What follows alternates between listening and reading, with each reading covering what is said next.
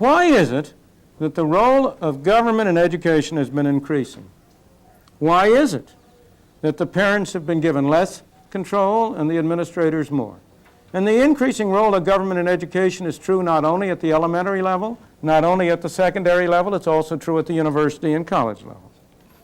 Fundamentally, I believe, it reflects it's part of a general shift from the philosophy of individual responsibility that prevailed in the 19th and early 20th century to an increasing belief in social responsibility. The view of the 19th century view was that an individual was fundamentally responsible for himself. It was up to him to make his way in the world. He was responsible for his success, and he had to bear the responsibility for his failures. Of course, everybody realized then that an individual was much affected by the circumstances of the society, that an individual who was fortunate enough to be in the United States could do a lot better with his life than an individual who was born in India or in Africa or in a less developed country. So this wasn't to say that society didn't matter, but it was to say that the function of government and of the social setting was to provide the individual with the maximum opportunity to express his own values, to develop his own capacities in accordance with his own values, own beliefs. The modern view is very different. The modern view has become, I shouldn't say has become, became, because I think it's now changing. But the modern view became that after all, an individual was an innocent puppet, pushed one way or another by the social forces that impinged on him. That you couldn't blame an individual for anything, that wasn't his fault. It was society that was responsible. That the ultimate unit of our society was a collectivity rather than the individual. That you had social responsibility, not individual responsibility. And this was associated with a view that there were experts, people who knew what was good for people better than they did for themselves. That after all, you couldn't let an individual decide what he was going to do because he might make the wrong choice. And it was up to those of us who were in the elite class, who knew more about what was right, who had the proper social point of view, not to dictate to the individual, of course, but to guide him in the right direction, to make sure that he did what was good for himself. And that tendency has manifested itself very strongly in our school systems. In the 19th century, the schools, even in crowded cities and in urban cities, might not have been affluent, they might not have had the best facilities, but they had an atmosphere in which the individual was made responsible for his own development and own learning, and he was given an opportunity to learn and develop. And that was a concept. In the 20th century, the concept has been that the schools are an expression of society's values and interests and should be imposed upon the child, and that the child should be made to do what's good for him, and that the major problem in schooling was to get the child out of the hands of his ignorant and not very sophisticated parents and put the child in the hands of the sophisticated and knowledgeable educational experts who could guide him along the correct way. Similarly, if you look at the very simple problem of discipline, if you look at the very simple problem of physical destruction, if I have a philosophy that everything belongs to society, and that if something bad happens to me, that's not my fault, that's because this bad society did it to me, then the whole concept of property loses its role. Why shouldn't I steal? Why shouldn't I destroy property? After all, it's nobody's, it belongs to everybody, so it belongs to nobody, it's society's. And moreover, the fact that I happen to be accidental, happen to be in a lower income group, or in a deprived social group, or in a discriminated against racial group, that's the malevolence of other people. It's not my fault, and I have every right to get back at them. So that the whole concept of social responsibility, the whole reduction in the sense of individual responsibility, tends to denigrate the respect which the individual has for himself. It tends to remove from the individual his own feeling of importance and significance. It tends to convert him into an atom who is being moved about by other forces on the one side, and on the other side, it tends to promote in another group a sense of controlling people rather than assisting them. This, I may say that this shift in philosophy has been accompanied, therefore, for obvious reasons, with a shift in the whole concept of America from the concept of the melting pot to the concept of ethnic separatism. The 19th century conception was that we should become a unified nation by all of us as individuals, partaking in a common culture, a common heritage. The whole justification for governmental public schooling was in order to provide a common framework so you could have citizens who could harmoniously exist together in a single, free, democratic society. The concept today has tended to go in the other direction. I believe in a very diverse society. I believe it's highly desirable to preserve variety and diversity and different kinds of things. But it has to be a variety and a diversity within a uniform set of standards, a uniform set of institutions, ideas. What can we do about it? Let me turn to the second and the more immediately important point for action. The answer to what to do is very simple.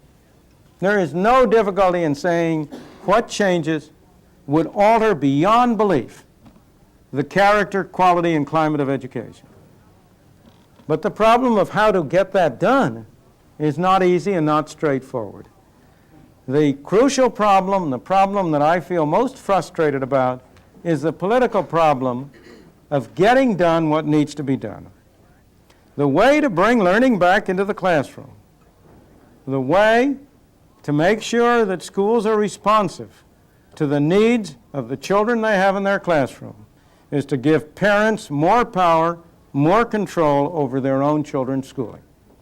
The parents have the greatest interest in their own children's schooling. They are the ones who are involved. They are the ones who should have the power to control the kind of schooling their children have. Some of them, if they got the power, would make a mess of it. Of course. But a mess is now being made on a much broader scale. But most of them would not make a mess of it. I think that there has been a terrible tendency for some of our intellectual community to underestimate both the interest and the capacity of the citizens with whom they deal to do something for their own children and to improve the kind of opportunity that their children have. Now, how can you give parents more power? Here's a very simple scheme for doing so. It's a scheme that is very old, that I personally happen to have been trying to recommend and propose now for over 20 years. It's called the voucher plan. And this plan is a very simple one. It says you're a parent, you're sending your children to school, the government is providing public schools for your children to go to. If you decide if you would like to send your child to another school, a private school, you're saving the city money. The city doesn't have to spend, the city of New York today doesn't have to spend $2,728 per pupil to school those children who are going to non-public schools. Well, therefore, the city should say, very well, if you relieve us of the expense of schooling your child, we will give you a voucher, a piece of paper, worth a certain sum of money, which you may use for one purpose and one purpose only, to pay the cost of schooling your child in any school you want to go to. Now, I say the city of New York would save $2,728, but I want to make this proposal attractive to everybody, and I think it would be very attractive to parents if instead of their getting a voucher for $2,728, they were to get a voucher for $2,000 or $1,500 or $1,000. In the usual rule, I would estimate that to have schooling provided privately of better quality would cost half as much.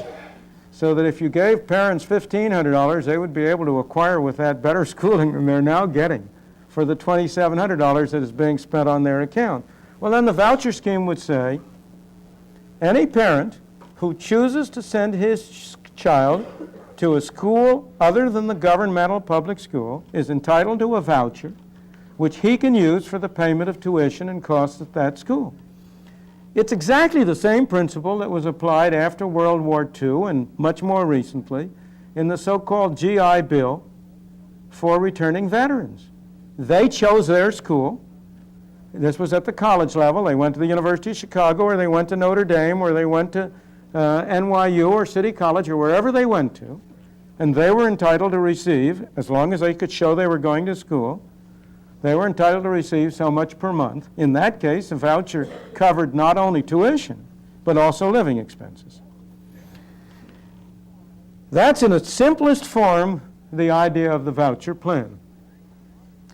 I may say, it does not in any way raise any problem about the quality of the schools. Because if you think of private schools that might be established for this purpose that don't exist, they would have to satisfy present requirements. Under our present compulsory education laws, no school can be treated as a school whose students satisfy that law unless it meets certain minimum standards. So I'm not touching a thing about that. Those minimum standards would stand. But what you would have instead would be that parents would be able to control the school their children went to. If they liked the public school, they could send them to the public school. If they didn't, they would have another alternative. Now let me note that today, those of us who are lucky enough to be in the upper income classes have that choice. We can send our children to private schools because we can afford to pay twice for the schooling of our children. We can afford to pay once in taxes and then say, okay, that's going to go down the drain. We'll pay a second time by sending our children to a private school. But those in the lower income classes and those in the middle income classes, for the most part, do not have this same opportunity. They cannot afford to pay twice for schooling. They are now paying through the nose in the form of taxes, and they cannot afford again to pay directly. Now, many parents in the lower and the middle income groups have made tremendous personal sacrifices in order to do that, in order to pay a second time. But I believe it is fundamentally an invasion of their rights, a violation of their rights, to force them to engage in that kind of sacrifice for that purpose. What this proposal for the voucher scheme does is to make available to lower and middle income parents the same range of alternatives that those of us in the upper income classes have now. Now, what good would the voucher plan do? It would do exactly the same good that competition does in every other area. How do you get good quality products in other areas? What is it that keeps supermarkets trying to serve its customers? Why is it that we have had an enormous improvement in the quality of supermarkets in the past 20, 30 years, but we've had a deterioration in the quality of schools? Look at what's happened in the area of hi-fi. You take any area. What produces an improvement in quality is a competition among different people for the custom of the citizen. And what the effect of the voucher plan would be to introduce competition in schooling. In addition, the effect of the voucher plan would be to hold down costs. Now let me note that the effect of the voucher plan would be to improve the public schools as well as the private ones, because public schools would lose their customers. Now they have a captive market. Their customers, their clients, or should I say their prisoners, have nowhere else to go. Give them some competition. Make them shape up or close down. If under a voucher scheme they continue to offer poor schooling, well, then the parents will take the children out and send them to private schools, and the public schools will have to contract and close down.